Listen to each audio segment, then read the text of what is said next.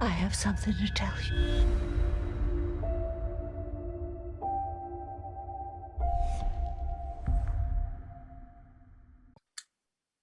Hello, everyone, and welcome to this press conference for Amazon's Night Sky. I'm Dave Cargier from Turner Classic Movies. I've been asked to help guide us all through this event today, which is absolutely my pleasure to do. I have the questions that many of you have submitted from around the world. I have one or two of my own, so I'll get right to it. But first, let me introduce our four special guests. First of all, from the cast, Sissy Spacek. Hello there. Hello. J.K. Simmons is here. Hello, J.K. Hello. Great to see you. We also have with us the writer and executive producer of the show, Holden Miller. Hello, Holden. Hey. And showrunner and executive producer, Daniel Connolly is here too. Hello, Daniel. Hello, David. Great to see you all. Let me start off, Sissy, with a quick question for you. Had you and J.K. Simmons met before this job?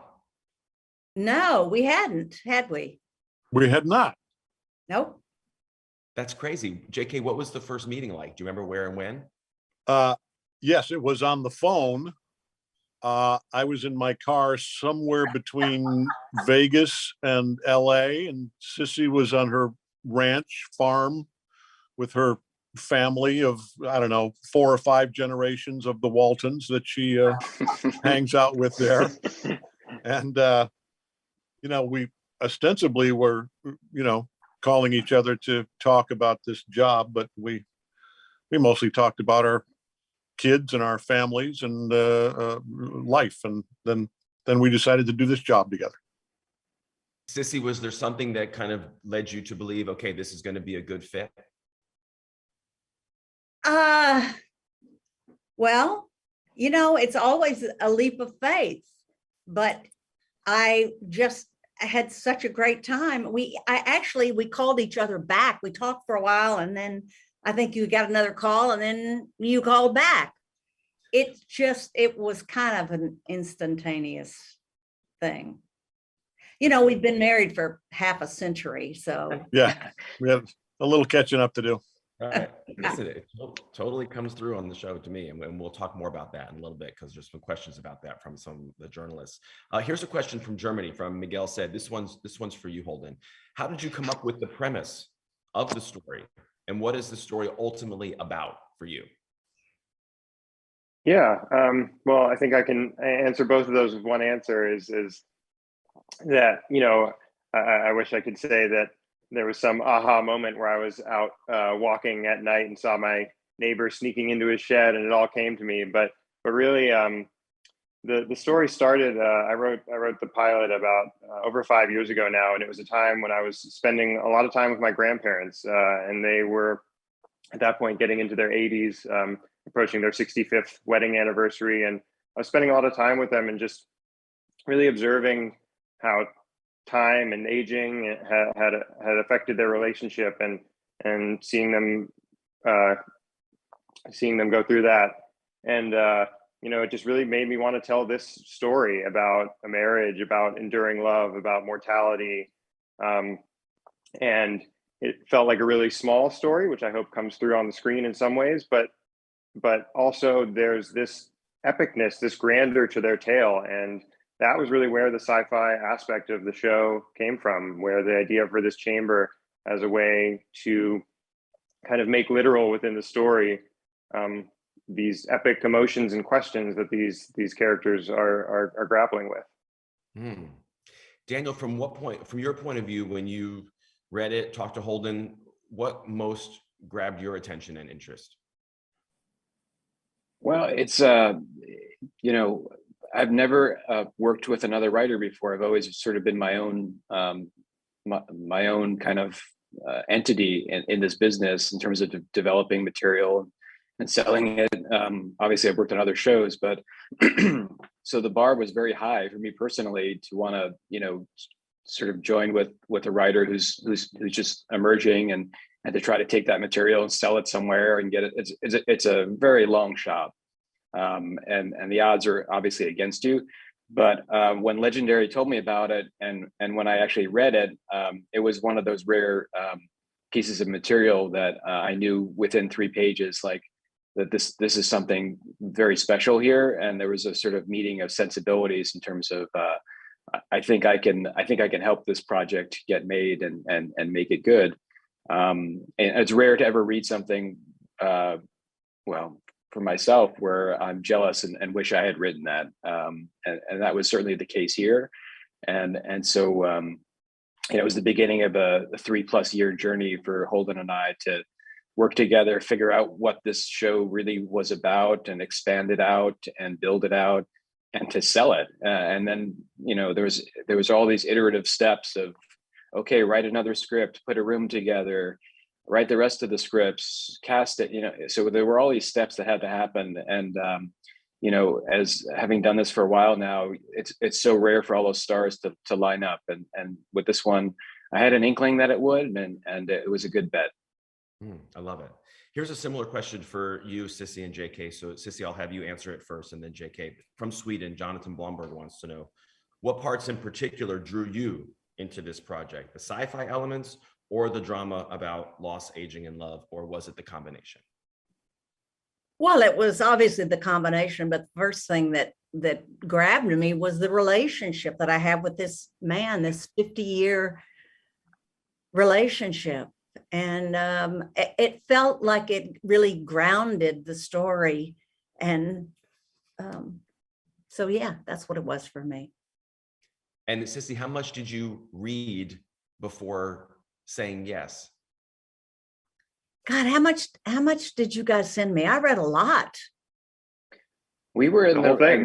There was? We had all the scripts were written before we started production, which is very rare, and it really helped get these two actors of this caliber to sign on to the show, because it was all there to see, and it helped us focus on production more when we actually started, because everything was written.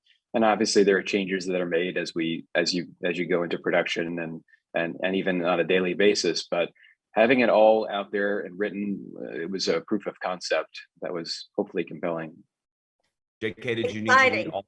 Oh, yeah. Exciting to get to see everything. I'm sure it is. Prayer, Dan. Did you read all 8, JK, or did you just need? No, I think some of those 19 middlemen must have stepped in before I got scripts, because I got 3, I think, before I was to make my decision. But again, not unlike Dan said, it was apparent very quickly that early on in whatever sort of the first act, I guess, of the first episode, that these characters and this relationship were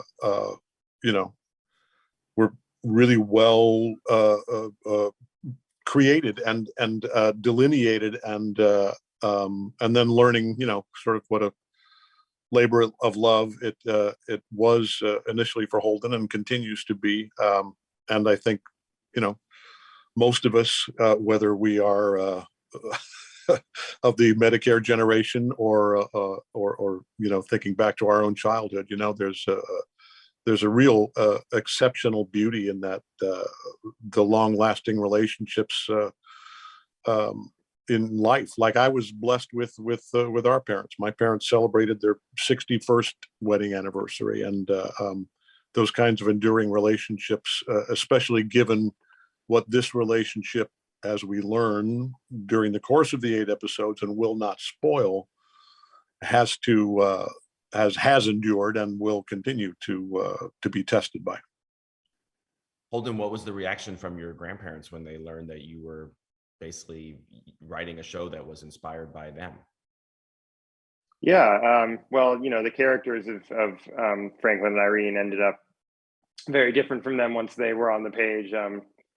Beyond also the lack of a space portal in their backyard, but they were very excited when they learned about the show. But sadly, that they're both no longer with us at this point. But I miss them, and they were a huge influence on my life. So treasure their memory always.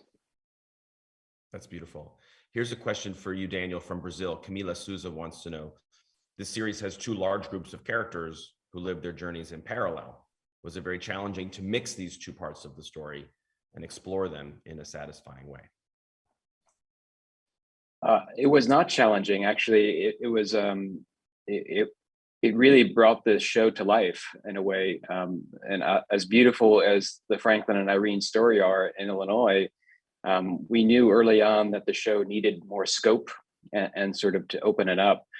And we were very excited actually about the opportunity to, in the second episode, open up this other storyline with a mother and daughter from Argentina who live in a very rural and harsh place, who we were going to set off on a journey that we knew would ultimately collide with the York storyline.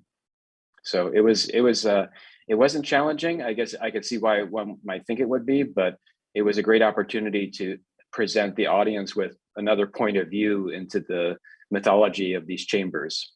You know, in a great way, it reminded me of the movie Babel that I love so much, where you have kind of different and parallel stories all over the world, and ability for you to cast known performers, but also some new people. It's exciting for the audience as well. So I liked that. JK, here's a question for you from Brazil. Caio Coletti asks, Franklin and Irene's couple dynamic is so important to the show.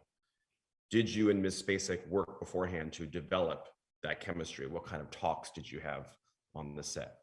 Yeah, we chatted for an hour and a half on the phone. And, I mean, it's one of those things that, no, we didn't really, we weren't like, workshopping it, or we did, she invited me over to her place in Chicago shortly after we landed. And we did have one, sort of nice relaxed lunch, but that was more just to sort of get acquainted and hang out and, establish that kind of comfort level together. It really was one of those things. And I've been in the business for a while. I know Sissy is somewhat new to it, but it's one of those things where, it's a couple of old pros and some really good material. And, we just kind of hit the ground running. And, of course, you're sort of finding your way along as you go. But that to me is, part of the joy of what we're fortunate to do for a living, is that, every day there are discoveries. And that was a big part of the fun. I mean, Sissy, for me watching the show, I'm intrigued by all the different aspects of it and the different elements, but my favorite stuff is just when it's the two of you in the house in a quiet room.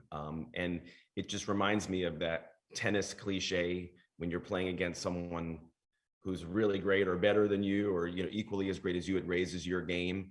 I felt like that was happening with both of you. Can you tell me what it's like to sit opposite JK and do some of these really intimate? Well, you feel safe. No matter what is called for in the scene, he's going to bring that and more. And he's a very present actor. And close your ears. He's a gracious actor and a generous actor. And we had a blast. A couple of times I think we wanted to kill each other, but that was usually in the scene, because but it's interesting because meeting someone and then like 2 days later you're working together, you're playing people who've been married 50 years. It's interesting, but we're actors. That's what we do. Right. So it was fun. And it was a very, very collaborative experience with Holden and Dan were amazing. And we just worked on it and it unfolded. And a lot of times scenes would go places that surprised us. And it was really exciting. I mean, I know you guys, we don't have to go all into the details, but I know that it was a situation where JK was brought on, relatively soon before the shooting. Daniel, was it ever a scary thing where you went, oh my God, like, is this all going to fall apart? How are we going to hold this all together? What was your mindset during that experience? It's scary the whole way through, actually, but but it happens all the time. This is just the nature of people become available and unavailable. I'm not even sure JK was available when we first started to cast the show. he works a little bit. I don't know if you noticed that about JK. He has it. He's pretty busy. But no, it wasn't, because Right. I think, you know, having Sissy as the anchor, we knew we were going to be able to attract someone of a very high caliber, and we even exceeded that. So That's great. Here's a question for both actors. This one's from Spain. Piedad Milicua asks, this series is rare because its two lead roles are older. How dare you? No. Do you think there is a lack of protagonists of your age in cinema and television? Sissy, you first. Yes. Yes, except for JK, he works constantly. I How think do you not get frustrated? so, because probably maybe it's because this is TV, but oftentimes in films, you don't get the lead role. They're not written because younger people go to the movies and older people stay home and watch TV. Like Irene and Franklin, or they watch the universe. JK, what's I your would favorite? add, oh, sorry. Oh, go ahead, Daniel. Go ahead, please. No, JK first. Okay. Well, just I think sure, yeah. I always like to see you know, my generation and you know, even older represented. And as far as the sort of television versus film thing, that to me is the beauty of this kind of second golden age of television that we find ourselves in now, where, you know, when you're working for a place like Amazon, it really is a wonderful hybrid in terms of the whole experience, really, between doing a television series in the old traditional network, you know, 24 episodes a year way, and doing a feature film, which is, you know, a much more sort of holistic, complete experience, you know, in a shorter amount of time. This to me is a really, from my perspective as an actor and also as an audience, a really satisfying hybrid of those two. No. I was just going to add that I completely agree with Sissy and JK that there aren't enough roles, both in cinema and in television. But obviously, there's a lot of crossover now. It makes no sense to me personally. I just don't understand the thinking that people who are younger necessarily are not going to watch a compelling show that has people who are not young in it. But obviously our show has people who are multiple ages, and it's I think it's an artifact of a different generation that's advertising and demographic driven, and that the industry has evolved beyond that. And I certainly hope that there's you know, more mixing of genres and demographics in this new golden age of television, because it makes no sense. I know that young people are responding favorably to our show. So hopefully that'll change. That's great. This is a question for all of you. So Holden, I'm going to have you answer it first, and then if the other three have something that they want to add, please do. This question is from Germany. Katja Engelhardt asks, as this sci-fi story focuses strongly on a marriage, can you elaborate on how far the sci-fi plot maybe even enhances the love story? Is it a vehicle in a sense? Yeah. Well, short answer is yes. I think that, you know, we always wanted the sci-fi to be feeding the relationship aspects, and then the relationship aspects to be feeding the science fiction of it. I think when we see Franklin and Irene early in the series up in that observation room for the first time, well, not the first time for them, but seeing them look out that window, you know, there is a obviously incredibly fantastic and science fictional aspect to it, and this is incredible planetscape. But at the same time, we see that they're using it almost as a living room to sit in their easy chairs while Franklin reads a book and Irene enjoys a cup of tea. And I think that starting from that point, hopefully that is as clear a demonstration of the mix that we were going for throughout the series. And I think as episodes go on, you really see how the questions surrounding their relationship and the questions surrounding the chamber sort of enhance each other. And I think that's true for all of the characters in the show as well. Sissy, what's your feeling on that? What was the question again? Well, just kind of how Taking away about your answer. How the sci-fi enhances the love story I think that it's difficult for them. I think that it complicates their lives because they experience such a tragic loss midway through their marriage. And then they discover this thing in their backyard at almost simultaneously. And I think it's part of the human condition to wonder what's out there.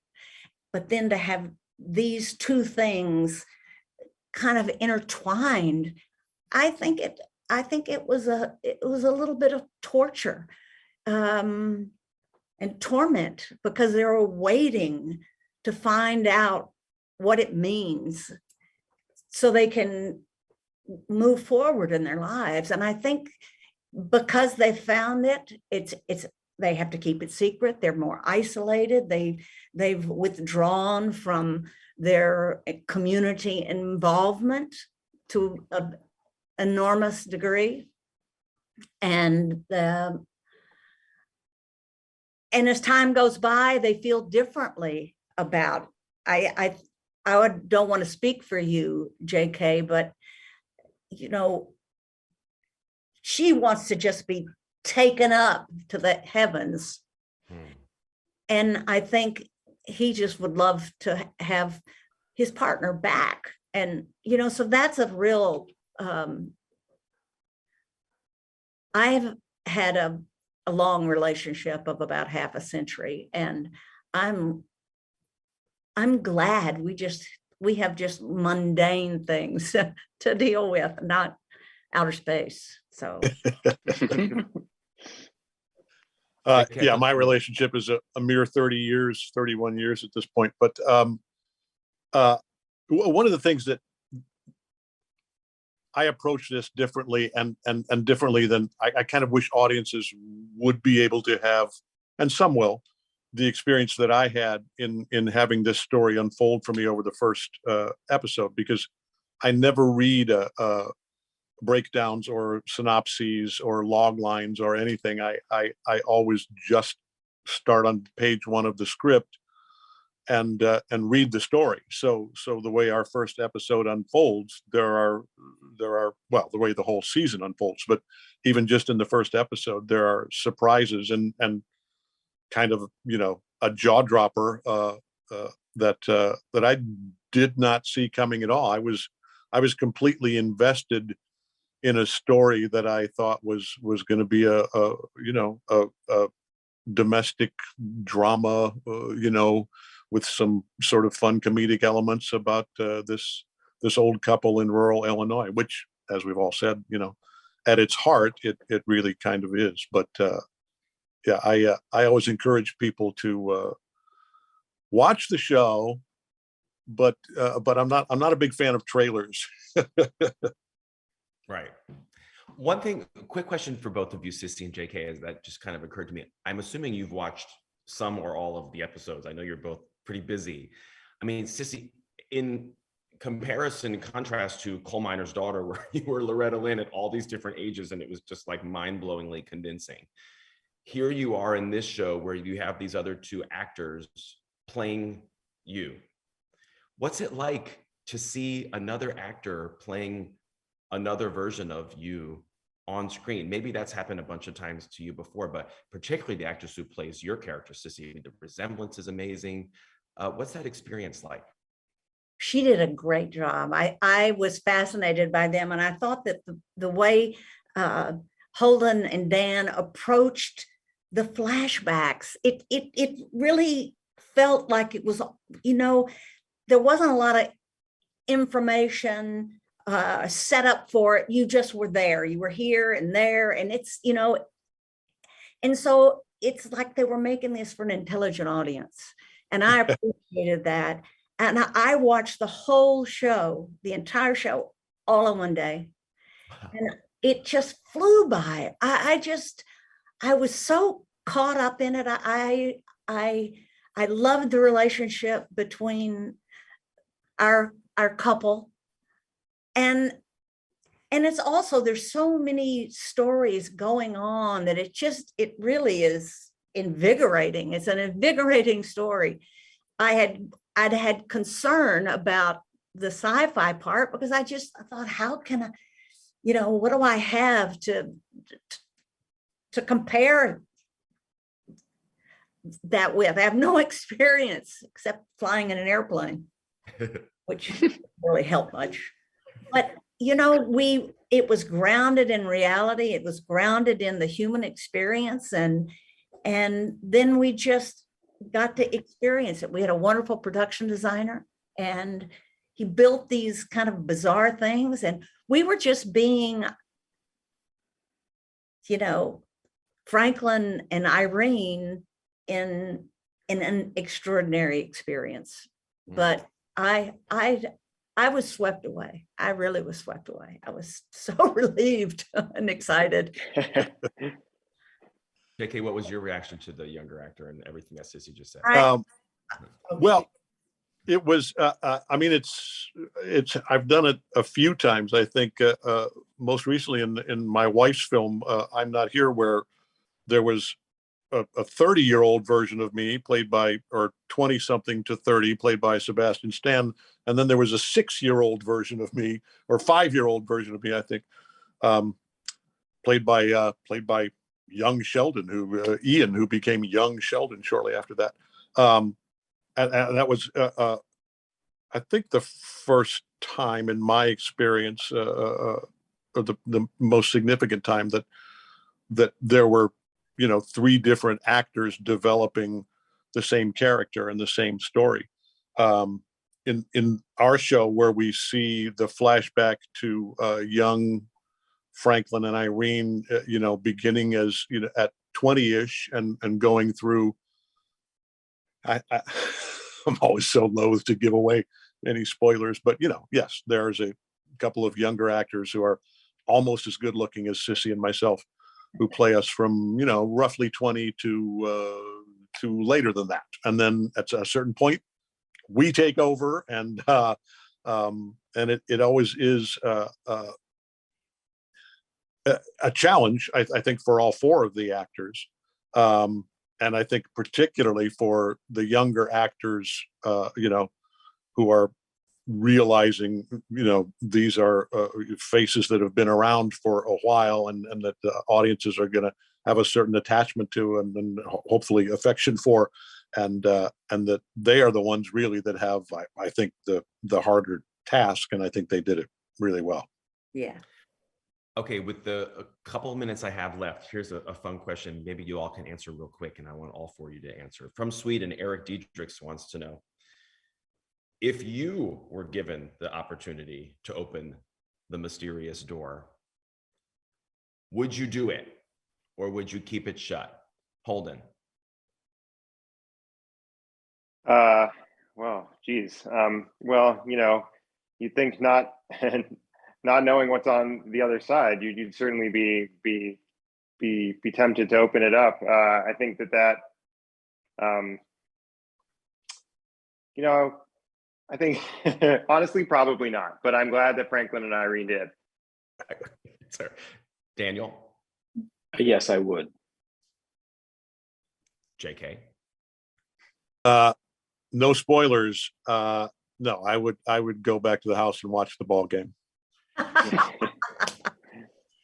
Sissy. Would I take my whole family? Yes. We'll allow it. Okay, I'd go. Even if they don't want to go. Yeah, you drag them. Oh, Yeah. we're not going. Congratulations to you all on this beautiful show. Thank you, Dave. Thanks, Dave. Thank you, Dave. Thanks to all of you for the questions and for your time, and we'll see you soon.